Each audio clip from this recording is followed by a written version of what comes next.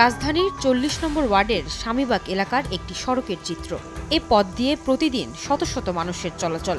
আশেপাশে থাকা ৩-৪টি স্কুলের শিক্ষার্থীরাও যাতায়াত করে এ রাস্তা দিয়ে। খোলা ড্রেন, দুর্গন্ধ, ময়লা পানি, নাকমুখ আটকেও চলা কষ্টকর। শুষ্ক মৌসুমেই এই যখন অবস্থা, তখন বর্ষাকালে কি অবস্থা হতে পারে তা হয়তো বলার অপেক্ষা রাখে না। বাসিন্দারা বলছেন, তখন ড্রেন আর রাস্তা মিলেমিশে একাকার হয়ে যায়। এ সড়কের পাশের রাস্তারও জরাজীর্ণ অবস্থা। অপরিকল্পিতভাবে পানির লাইন করতে গিয়ে রাস্তা কেটে যাতা অবস্থা। ম্যানহোল উপচে পড়ছে পানি। এ পথে চলাচলকারীদেরও যেন ভোগান্তির শেষ নেই। দুপুর হতেই রাজধানীর স্বামীবাগের এসব গর্তের পানিও বাড়তে থাকে। হাঁটু পরিমাণ পানি, প্লাস আমাদের ড্রেনেজ ব্যবস্থার অবস্থা এত খারাপ যে ময়লা পানিগুলো উপরের দিকে উঠে।